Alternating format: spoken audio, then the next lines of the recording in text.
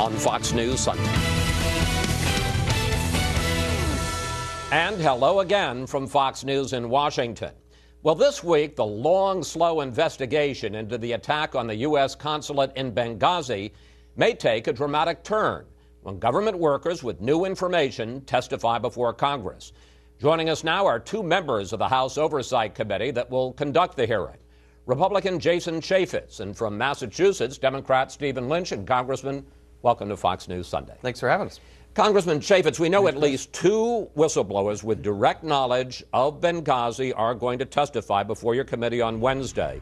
Gregory Hicks, who was the deputy chief of mission in Libya, and Mark Thompson, an officer in the state's counterterrorism bureau.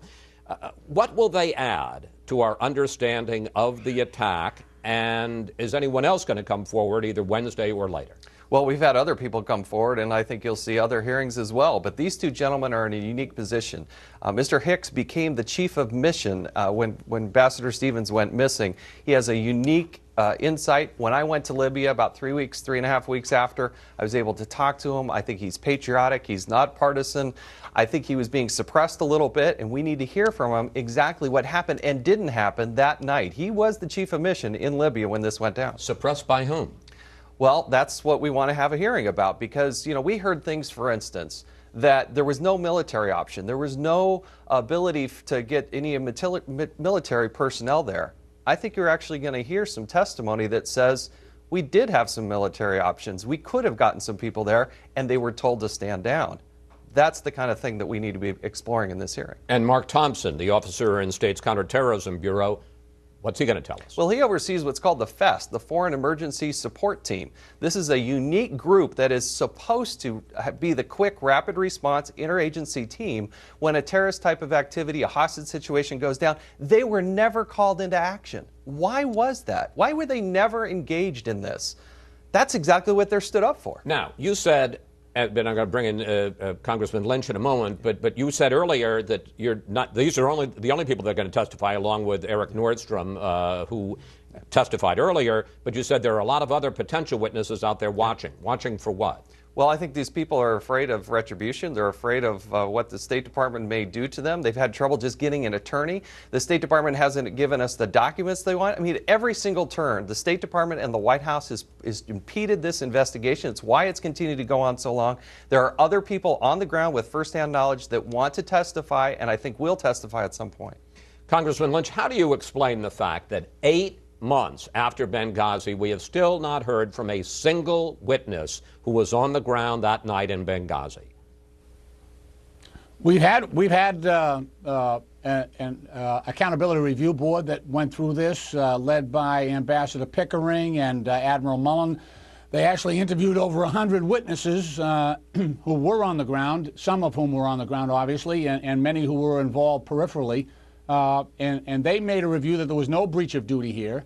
They made a determination that the critical element here was that the host country forces that were committed to protecting the consulate there in Benghazi walked off the job, basically. And that created a security profile that was totally insufficient for protecting it on September 11th. But if I may, Congressman, why is it that we have not heard in public from a single person who was on the ground in a congressional hearing? Well, the Republicans control the House. We've had investigations. Nordstrom came forward. We've had other witnesses. You've had hearings here prior to the recent elections. The House, you could ask Mr. Chaffetz why they haven't brought up people if you want to know that. We don't have the ability to hold a hearing. The Democrats have been completely kept out of this whole process. This has been a one-sided investigation, if you want to call it that. There's been no sharing of information in a significant way with the Democratic staff members who usually conduct this type of investigations. I think it's disgraceful, to be honest with you. Okay, let's get to this question because this has been one of the charges that there have been threats, intimidation, and threats of retaliation. So let's discuss that. This week, a lawyer for one of the witnesses said that the State Department has threatened officials who wanted to testify. State responded and said they don't know of anybody who has requested to testify. Let's watch that exchange. I'm not talking generally. I am talking specifically about Benghazi, that people have been threatened, and not just the State Department. That people have been threatened at the CIA. We repeatedly have this person saying that they had a whistleblower who's been held back from telling their story, and we're not aware of this individual or anyone who's asking to tell their story.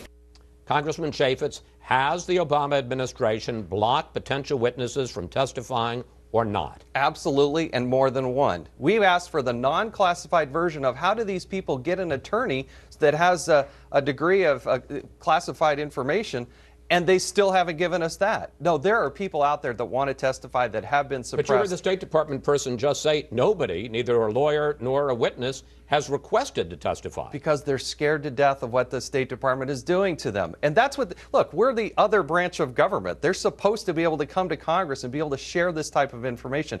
That has not happened because the administration is suppressed. We have a person who was injured 8 months ago, who's still in the hospital. They changed his name on the medical records. This is a story of the State Department doing things that haven't been done in any other case. Are you saying, and again, I want to bring in Congressman Lynch, tell me, a direct threat, a direct act of intimidation against a potential witness? Yes, and I think we'll probably... Well, tell me what. Well, completely false. Well, completely false. Let him, before he, go ahead. Tell me what's been said. There are people, more than one, that have felt intimidation from the State Department. They can't even go through the process of getting an attorney to be able to represent them with the degree of classified information that they have. Congressman Lynch, your turn. The only reason that the attorneys, and there have been 2 attorneys involved here, the only reason that they haven't received information is they haven't asked for it yet. They haven't asked for it. There has not been a request for documents from these attorneys to the State Department. The State Department is more than willing to cooperate, but they haven't asked for this. The only retaliation I've heard of here is that one of these witnesses wants a reassignment and a promotion. He hasn't gotten the promotion that he wanted, and he's saying that that's somehow retaliation. So, you know, it hasn't got it yet. It's actually in the process. That's the level of threats and intimidation. He hasn't got the promotion that he wanted yet. Let me give you another example. The State Department will not release to the committee, to the United States Congress, unclassified documents. Here we are 8 months after. We should be able to look at the same information the Accountability Review Board wants to see. We wanted the Accountability Review Board to come before Congress. That hasn't happened. When we went to actually go see documents, they've given us 8 tranches of documents over a multi-month process. They send a State Department person in there to look over my shoulder to see what I'm looking at. We've had Democratic staff in there. There is not a single Democrat on that panel that has ever come down to look at those documents. I've been down there, but I've never seen a Democrat down there, and it's totally open to them through the entire process. Congressman Lynch? Sure. Every time I'm given those type of documents, I have somebody from State Department over my shoulder as well, or other agencies. That's not right. That's not it's not surprising. Right. An unclassified document, that is absolutely not right. Go ahead, Congressman Lynch. Look, I find it incredible. Look at this whole situation. We're talking about, including my colleague, Mr. Chaffetz, when Secretary Clinton and the State Department asked for additional funding for embassy security, they all voted no. They all voted no. No. They all voted no. Wait, we're getting a little bit off the... You've already admitted to this on CNN. I understand that there's an issue about security. It's a little bit off the track. I want to try to stay on course here. No, this is the point. Congressman, they're complaining about a lack of security at the embassies after they voted against for funding for security at the embassies. That's what they're complaining about, is a lack of security at the embassies when they all voted to cut $500 million from Congressman embassy Chaffetz, security. Is that not related? The CFO has sent in an email. Let's use real words. The chief financial officer for the State Department said in an email that finances had nothing to do with the decisions about funding at the facility. The security personnel were paid from the Pentagon budget. They weren't paid from the State Department budget. This is a facade. It's a distraction. There are 4 people dead here, Chris. I want to talk about that. Let's talk about beforehand, because there are sort of 3 stages of this: before, during, and after the attack. 2 weeks ago, the Republican chairs of 5 House committee, and I will agree with Congressman Lynch here, it was just the Republicans, not the Democrats, issued an interim report on Benghazi in which they charged that then Secretary of State Clinton, misled Congress when she said that she had never seen any request for more security in Libya. Let's take a look at what she said. The specific security requests pertaining to Benghazi, were handled by the security professionals in the department. I didn't see those requests. They didn't come to me. I didn't approve them. I didn't deny them. Now, the House report by the 5 Republicans made a big deal of the fact that in April, after she'd gotten the request last April, that a cable went out from the State Department under the name of Hillary Clinton, in fact, not only not granting more security, but saying the security drawdown would continue. Congressman Chaffetz, it turns out that every cable that goes from the State Department has Hillary Clinton's name. Hundreds of thousands of cables, millions of cables. The Washington Post looked into this and called the allegation by the House Republican chairman a whopper. Well, I would hope that Steve Lynch would join me in calling for the release of this document. It's an unclassified document. My understanding is that Hillary Clinton's name is on that line. No, hold on here. Hillary Clinton claims to take full responsibility for this, and yet at the same time pleads ignorance. 4 months. No, but there are utterly routine documents that go out from Chris, can I get in here at some point? Yeah, sure. Can I get in here at some point?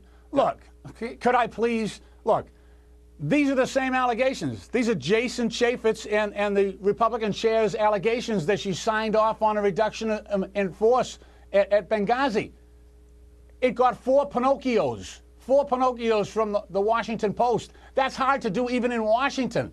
I mean, people say that Washington is the place where shame goes to die. And this is an exact instance of that. Okay, Congressman, right. we lost some Congressman, good people to use your in Benghazi, expression, may I get a word in here, please? Congressman, let me ask you a question, if I may. I want to talk to you about a controversy, a continuing controversy, about the talking points that came out afterwards that led, some people say, to a lot of disinformation. These are the talking points the administration put out after the attack. Steve Hayes of the Weekly Standard reports that the first draft by the CIA on September 14th said this: the crowd almost certainly was a mix of individuals from across many sectors of Libyan society. That being said, we do know that Islamic extremists with ties to al-Qaeda participated in the attack. This was the first draft of talking points by the CIA on September 14th. But after objections from state and after the White House had a meeting, you can see the talking points, and it's a little hard to see there on the screen. There are lots of lines drawn through them. They were heavily edited, and all mention of Islamic extremists were taken out. Congressman Lynch, weren't the talking points the administration put out in advance of Susan Rice's appearance on those 5 Sunday shows, weren't those talking points scrubbed? They certainly weren't accurate. I don't know what the process was there. But absolutely, they were false. They were wrong. There were no protests outside of the Benghazi compound there. This was a deliberate and strategic attack on the consulate there. So any statements that this was sort of like the other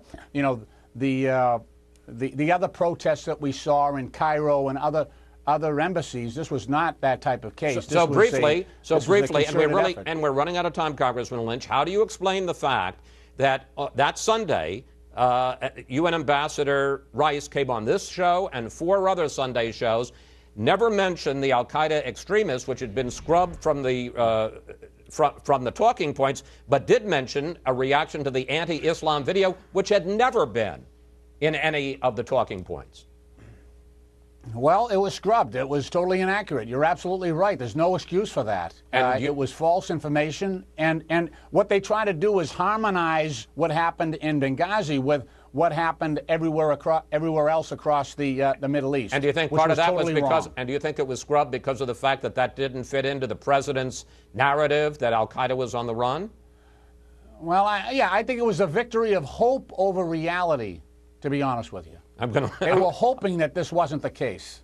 Hope over reality? I wouldn't call it a victory of hope over reality. I mean, that's look, at the end of the day, we got 4 dead Americans. We got a kid who's still in the hospital. We got hundreds of embassies and consulates. We got thousands of people serving overseas. We haven't had the truth. 4.5 months after the incident. How about we work together on that then, instead of just having 5 Republican? How about we work together? How about having us all right, in? gentlemen, and we're going to give more you than 24 hours to go to Benghazi. And we're going to give you an opportunity to work together off camera before Wednesday's hearing. Congressman Chaffetz, Congressman Lynch, we want to thank you both for giving us a very spirited preview of Wednesday's hearing. We'll stay on top of this story, gentlemen. Thank you very much. Thank you. Up next, President Obama is rethinking whether to arm the Syrian rebels. Senator John McCain weighs in on that and much more.